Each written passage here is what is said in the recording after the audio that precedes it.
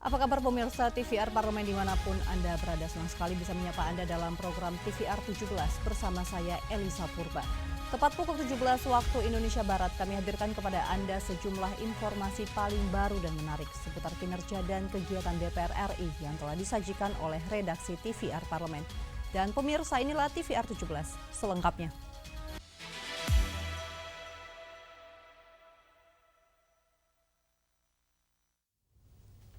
Wakil Ketua DPR RI Sufmi Dasko Ahmad melakukan sidak ke Pasar Kramat Jati untuk memeriksa standarisasi minyak kita di pasaran dan berkomitmen akan terus memonitor perihal kondisi barang dan harga eceran minyak kita.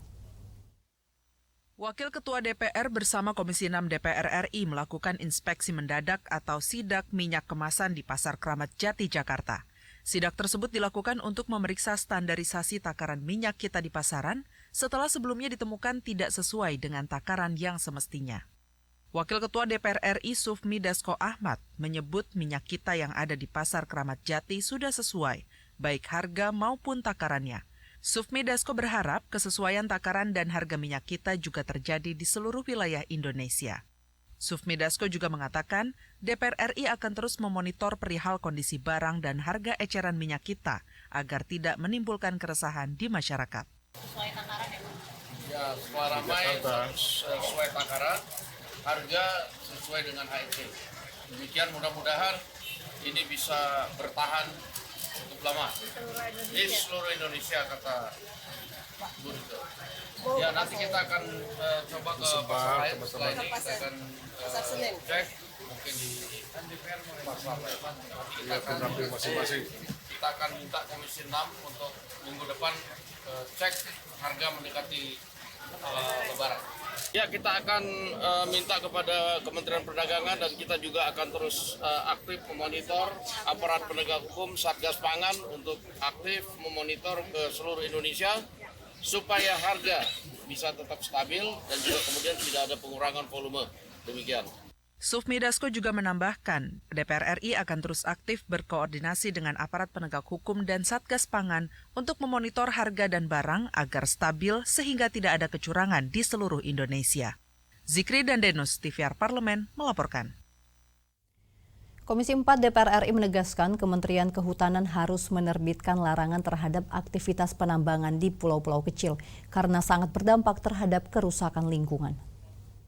Anggota Komisi 4 DPR RI Robert Jopi Kardinal mengatakan aktivitas pertambangan di pulau kecil sangat meresahkan karena memiliki dampak buruk yang signifikan seperti pencemaran lingkungan, hilangnya lahan produktif, dan kerusakan ekosistem yang berdampak pada mata pencaharian dan ketahanan pangan masyarakat lokal.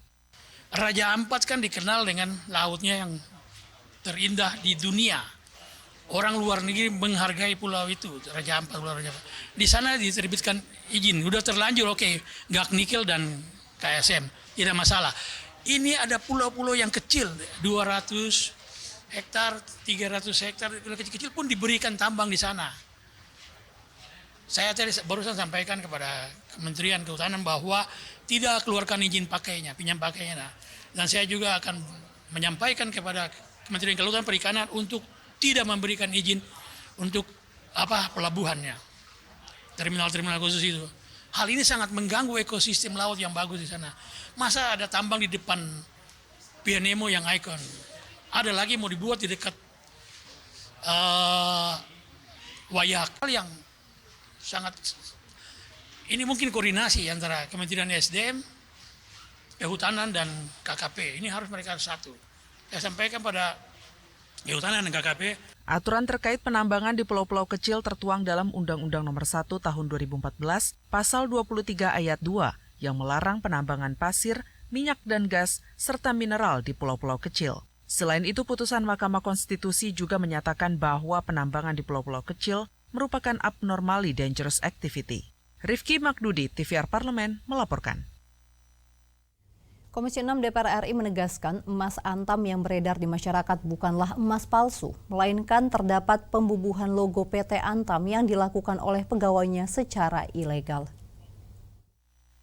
Masyarakat dihebohkan dengan isu mengenai emas antam palsu. Hal tersebut diungkap karena pengusutan kasus oleh Kejaksaan Agung atas dugaan korupsi 109 ton emas antam dan penyalahgunaan wewenang pada tahun 2010 sampai 2021 yang mengakibatkan kerugian negara hingga 1,266 triliun rupiah. Setelah mendengar klarifikasi dari Direktur Utama PT Antam, anggota Komisi 6 DPR RI Mufti Aimah Nurul Anam menyebut emas yang beredar di masyarakat bukanlah emas palsu, melainkan adanya penyalahgunaan wewenang atas pembubuhan logo Antam yang dilakukan oleh oknum pegawai Antam secara ilegal. Mufti mendesak agar Dirut Antam melakukan audit secara menyeluruh serta melakukan evaluasi terhadap SDM. Nah, jadi sebenarnya yang palsu bukan emasnya, tapi proses dalam legalisasi surat-suratnya dan sebagainya itu begitu. Kalau emasnya asli. Tadi kami pesan bahwa saya pikir ini tidak mungkin kalau hanya tingkat general manager yang bekerja melakukan tindakan-tindakan koruptif ini. Saya yakin banyak pihak yang ikut terlibat, maka kami minta Pak Dirut untuk melakukan audit, atau jangan-jangan bukan hanya orangnya yang banyak terlibat, tapi juga ternyata bisa jauh lebih besar dari hanya sekedar 109 ton emas begitu. Nah, maka harapan kami ini mumpung di awal periode untuk bagaimana dilakukan evaluasi. Sebelumnya, Kejaksaan Agung menetapkan 6 tersangka baru dalam kasus dugaan korupsi terkait tata kelola komoditi emas sebesar 109 ton di Antam tahun 2010 hingga 2021. Para tersangka diduga melakukan penyalahgunaan jasa manufaktur unit bisnis pengelolaan dan pemurnian logam mulia PT Antam. Bondan dan Kiki, TVR Parlemen, melaporkan. PHK massal yang dilakukan oleh PT Sritex memicu kritik tajam dari anggota Komisi 9 DPR RI yang menilai langkah Sritex sebagai tindakan yang tidak etis dan merugikan pekerja.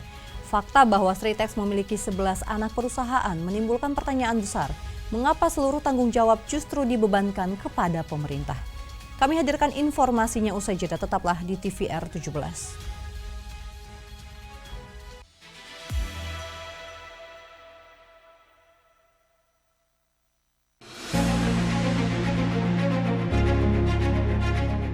Setuju untuk mengatakan bahwa pemotongan ini sangat tidak layak untuk kita lakukan di dunia pendidikan kita. Karena banyak hal yang kita korbankan. Program makan bergizi gratis, apakah ini sepadan dengan adanya pemotongan terhadap pendidikan di Indonesia? Tidak sebanding, dan itu menyakitkan. Mohon maaf saya mengatakan ini program ambisius. Bukan saya mengatakan tidak setuju dengan MBG. Tapi berarti sejauh ini MBG tidak memakai anggaran 20% dari APBN dong, Bu? Pakai. Sudah pakai 56 triliun. Kalau dilarikan ke sana, ya berarti anggaran itu habis untuk MBG dong. Apa iya? Ya, okay. Maaf, perutnya kenyang, tapi tidak terlalu cerdas gitu. Aduh, kenapa begini ya dunia pendidikan kita? Saya tidak mengatakan Indonesia gelap, tetapi agak meredup. Kalau toh itu kemungkinannya hanya sebesar lubang jarum gitu ya, kami tetap akan berusaha. Tetap akan diusahakan. Tetap akan berusaha. Hanya di TVR Parlemen.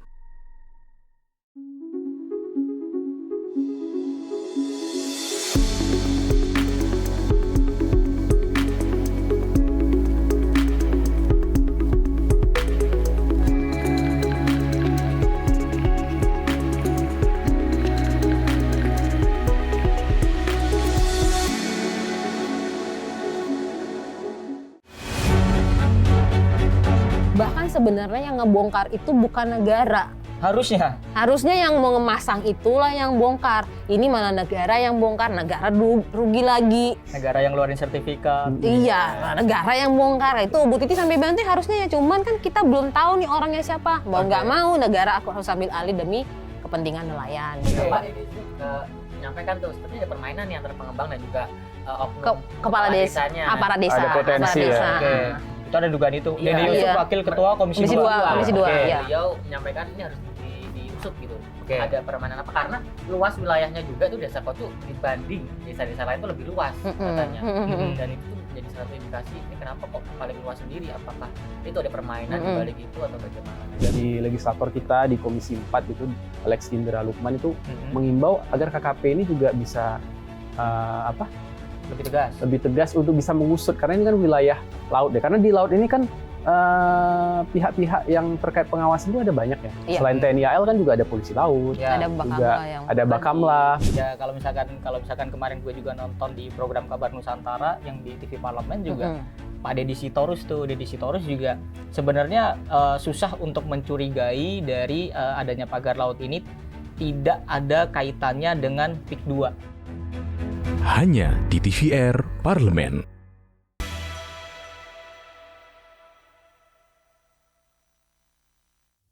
Anda kembali menyaksikan TVR 17. Pemirsa, PHK menjelang Hari Raya tanpa adanya sanksi yang jelas menunjukkan lemahnya regulasi dan pengawasan terhadap perusahaan yang abai terhadap hak pekerjanya. Dukungan terhadap pekerja tidak boleh reaktif hanya ketika ada kasus PHK massal, tetapi harus preventif agar kasus serupa tidak terus berulang. Mari kita simak liputan mendalam yang telah dikemas dalam segmen editorial Parlemen berikut ini.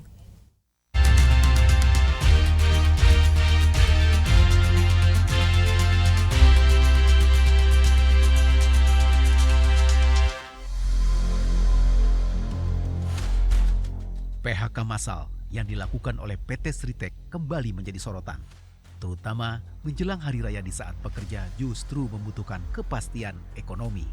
Kebijakan ini memicu kritik tajam dari berbagai pihak, termasuk anggota Komisi 9 DPR RI yang menilai langkah Sritek sebagai tindakan yang tidak etis dan merugikan pekerja. Dalam kasus ini, yang paling mencolok adalah pola berulang di mana pembayaran pesangon dan tunjangan hari raya hanya bergantung pada hasil penjualan aset. Model seperti ini tidak memberikan jaminan kepastian bagi pekerja yang telah mengabdikan diri bertahun-tahun bagi perusahaan. Selain itu, fakta bahwa Sritek memiliki 11 anak perusahaan menimbulkan pertanyaan besar. Mengapa seluruh tanggung jawab justru dibebankan kepada pemerintah? Kritik ini semakin menguat ketika melihat tren serupa di banyak perusahaan lain yang melakukan PHK menjelang hari raya tanpa adanya sanksi yang jelas. Hal ini menunjukkan lemahnya regulasi dan pengawasan terhadap perusahaan yang abai terhadap hak pekerjanya. Oleh karena itu, diperlukan langkah konkret dari pemerintah dan DPR untuk memperkuat Undang-Undang Ketenagakerjaan dengan mencantumkan sanksi tegas bagi perusahaan yang melakukan PHK secara tidak bertanggung jawab. Kementerian Ketenagakerjaan diharapkan tidak hanya menjadi pengamat dalam kasus ini, tetapi benar-benar hadir untuk memastikan hak pekerja terpenuhi. Dukungan terhadap pekerja tidak boleh reaktif hanya ketika ada kasus PHK massal, tetapi harus preventif agar kasus serupa tidak terus berulang. 1-2 bulan menjelang Lebaran selalu melakukan PHK. Nanti di Undang-Undang Ketenagakerjaan yang baru pimpinan ini harus masuk dalam klausul. Perusahaan yang melakukan tindakan amoral ya, yang seperti ini harus ada punishment yang jelas kok. Ini mau hari raya loh ya. Sama sekali tidak menghormati orang yang sedang berpuasa, yang juga akan hari raya, tiba-tiba PHK. Ini pelakuan ini udah bertahun-tahun terjadi begini dan terjadi pembiaran ini. Jadi nggak heran saya kalau ini terus dilakukan. Kenapa? Kalau menurut saya ini Kementerian Tenaga harus hadir ini untuk masalah ini. Yang pertama, kita dorong pemerintah agar bisa mengadvokasi hak mereka terhadap THR. Karena bagaimanapun kejadian pilot dan kemudian berdampak pada pemberhentian lebih dari 10.000 pekerja atau karyawan Sritek ini kan terjadi di awal Ramadan ya. Dan kita tahu kebutuhan keluarga di setiap Ramadan itu pasti meningkat ya, apalagi menjelang hari raya. Sehingga yang pertama yang harus kita dorong adalah hak mereka atas THR. Yang kedua yaitu tentang pesangon. Ya, pesangon ini tentu saja mengikuti aturan yang berlaku, apalagi kita baru saja punya peraturan pemerintah nomor 6 tahun 2025. Kita berharap pencairannya nanti sesuai dengan aturan yang baru dan tidak birokratis, ya mudah dicairkan secara praktis sehingga bisa dinikmati oleh para pekerja untuk melanjutkan kehidupan. Nah, yang ketiga tentu saja jaminan sosial. Nah, kita minta agar jaminan kehilangan pekerjaan, jaminan hari tua ya yang memang menabung lewat BPJS Ketenagakerjaan ini bisa diberikan ya hak-hak mereka sebagai pekerja selama ini di Sritek seperti itu. Kasus PT Sritek adalah peringatan bagi dunia usaha dan pemerintah bahwa kesejahteraan pekerja tidak boleh diabaikan. Jika perusahaan dapat dengan mudah melepaskan tanggung jawabnya tanpa konsekuensi, maka keadilan bagi para pekerja akan terus menjadi angan-angan. Saatnya regulasi ditegakkan dengan ketat dan perusahaan diberikan tanggung jawab yang jelas untuk memastikan hak pekerja tidak terabaikan.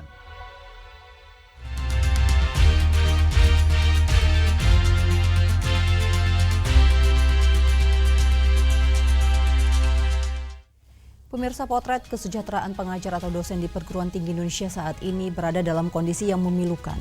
Hasil riset menunjukkan sebanyak 42% dosen masih mendapat penghasilan di bawah UMR. Dan informasi selengkapnya kami hadirkan usai jeda, tetaplah di TVR 17.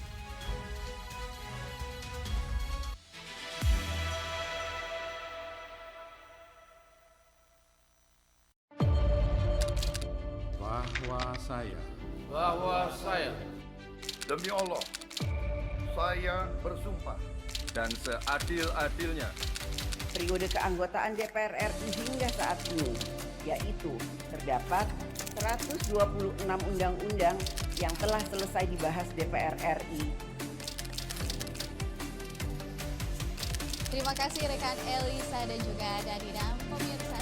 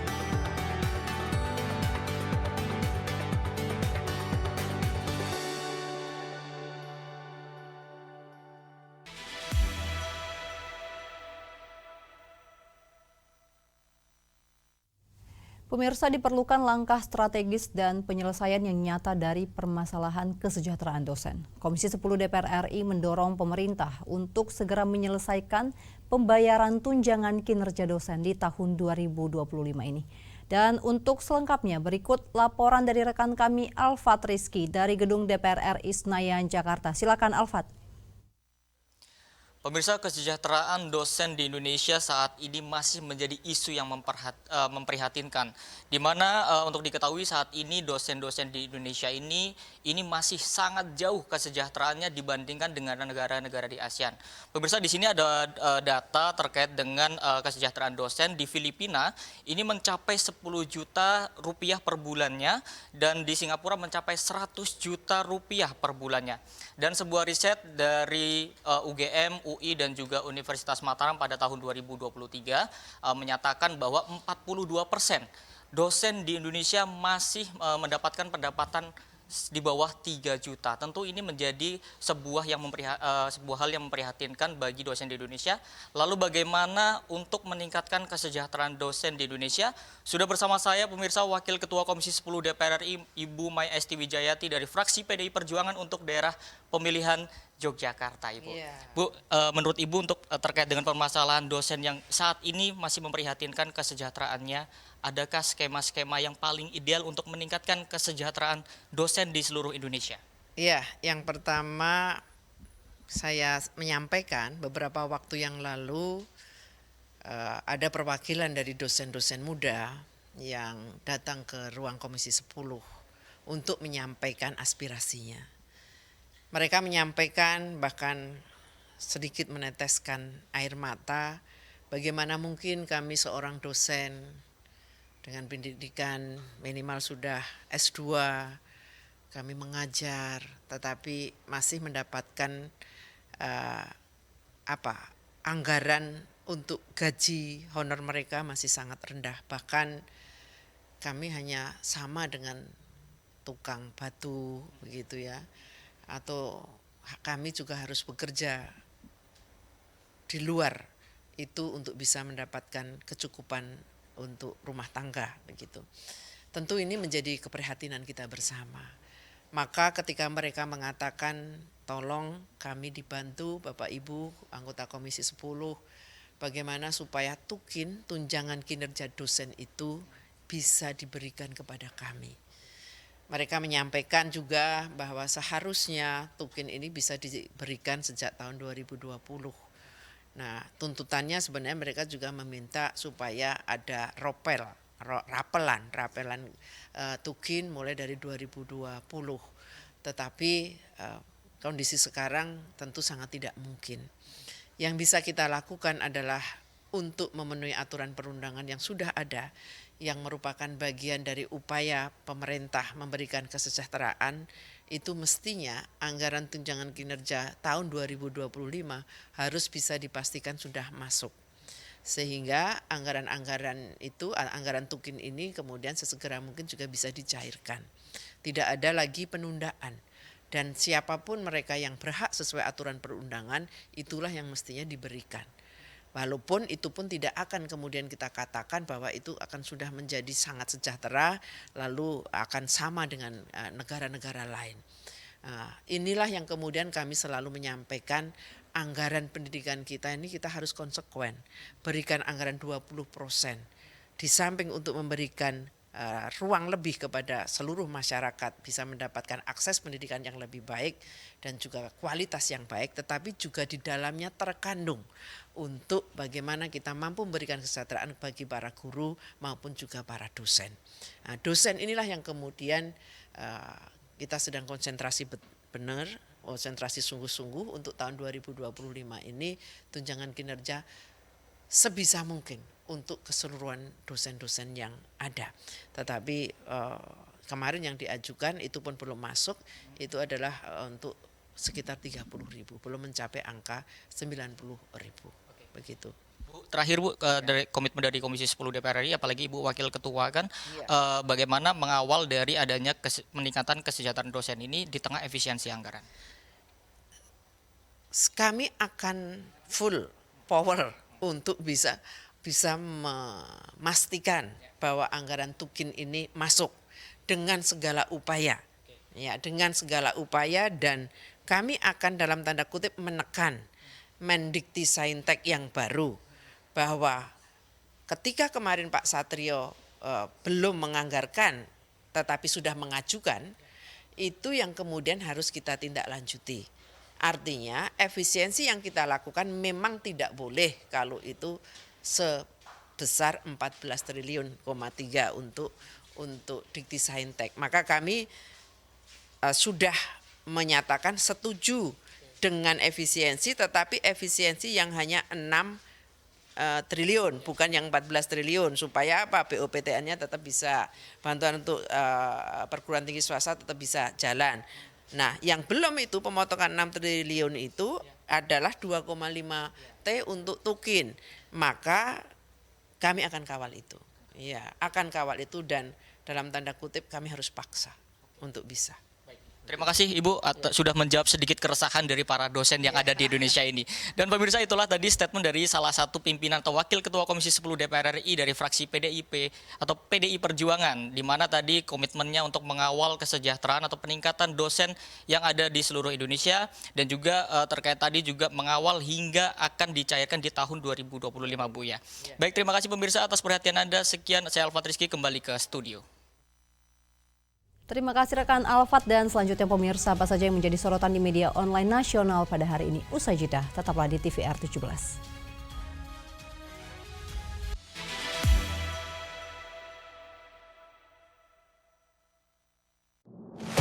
Bapak Ibu ini kan orang-orang pintar setaunya saya di Kemendikbud. Hakim yang memutuskan vonis bebas mereka sakit semua. Kalau memang ada yang terlibat, langsung pecat Pak, langsung beri sanksi. Usulkan.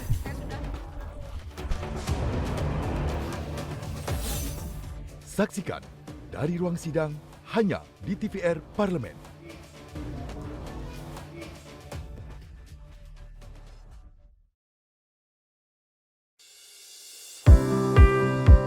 Mengenal tugas dan fungsi DPR RI.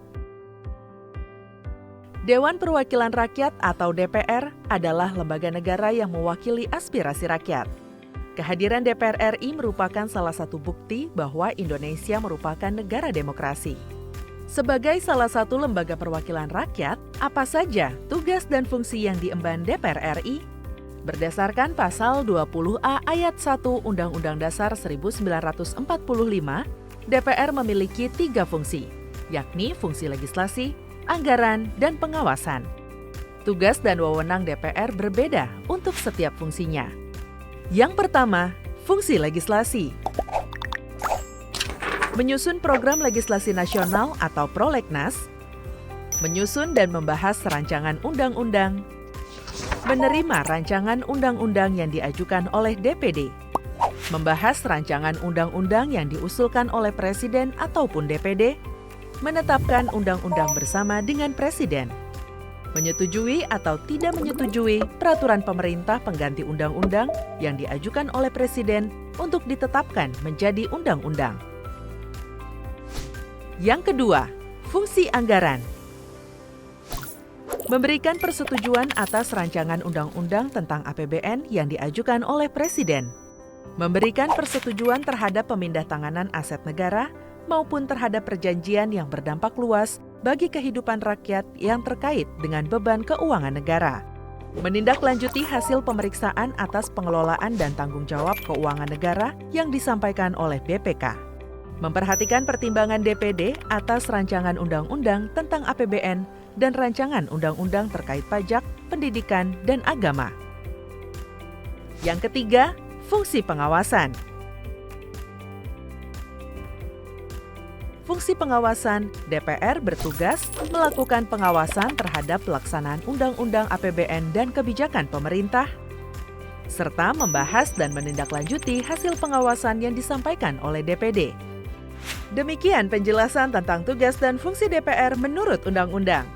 Informasi ini dipersembahkan oleh TV dan Radio Parlemen, Biro Pemberitaan Parlemen, dan Sekretariat Jenderal DPR RI.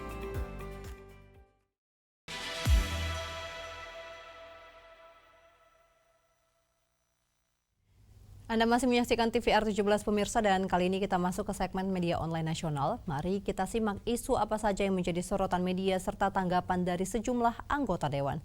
Bersama rekan kami, Anggun Oktarini.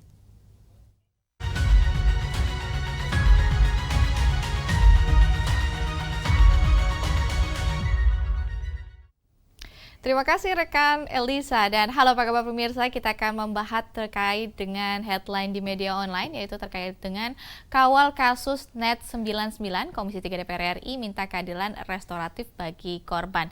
Jika Anda melihat dari beberapa informasi yang tersebar di media sosial ataupun di media online, di sini ada pembahasan mengenai Ketua Komisi 3 DPR RI, Habibur Rahman, menyebutkan bahwa pihaknya telah menerima pengaduan dari perwakilan korban robot trading Net 89 yang disampaikan oleh Perkumpulan Simbiotik Multilateral Bersatu. Dan di sini Komisi 3 DPR RI meminta kepada aparat penegak hukum, secara khusus Direktorat Tindak Pidana Ekonomi Khusus, Bareskrim Polri dan juga Jaksa Agung Muda Tindak Pidana Umum Kejaksaan Agung yang di sini menangani kasus penipuan robot trading Net 89 untuk segera menindaklanjuti permohonan para korban terkait dengan penyelesaian kasus tersebut berdasarkan keadilan restoratif.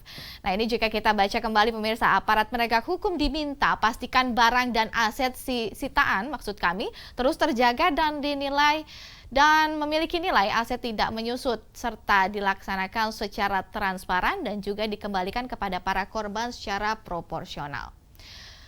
Disebutkan sebagaimana diketahui, kasus Net 89 adalah kasus penipuan investasi bodong berkedok robot trading yang merugikan ribuan korban dengan total kerugian mencapai triliunan rupiah.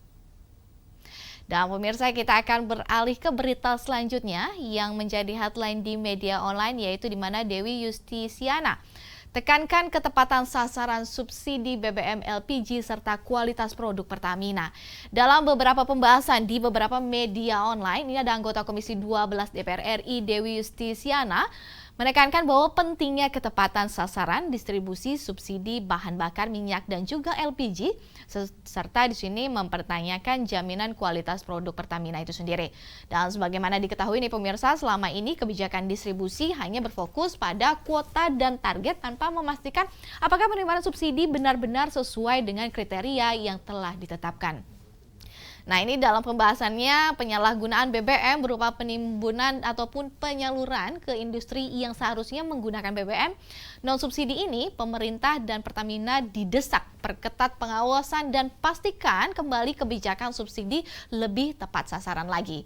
Dan selain itu, Pertamina diminta untuk antisipasi kecukupan stok BBM sehingga tidak terjadi kelangkaan atau gangguan distribusi BBM saat puncak perjalanan mudik. Ini kita memang menunggu nih bagaimana sistem yang akan digunakan oleh Pertamina itu sendiri. Dan pemirsa, itulah tadi headline di media online pada hari ini, di mana kita membahas pertama itu kawal kasus Net 89, Komisi 3 DPR RI untuk meminta keadilan restoratif bagi korban, serta pembahasan mengenai Dewi Yustisiana tekankan ketepatan sasaran subsidi BBM LPG maksud kami, serta kualitas produk Pertamina. Dan saya Anggun Oktarini, kembali ke rekan Elisa.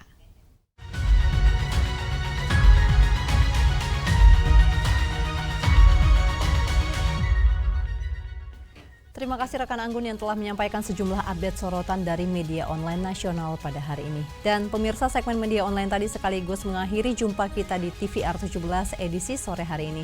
Saya Elisa Purba beserta seluruh kru TVR Parlemen yang bertugas mengucapkan terima kasih dan pamit undur diri dari hadapan Anda.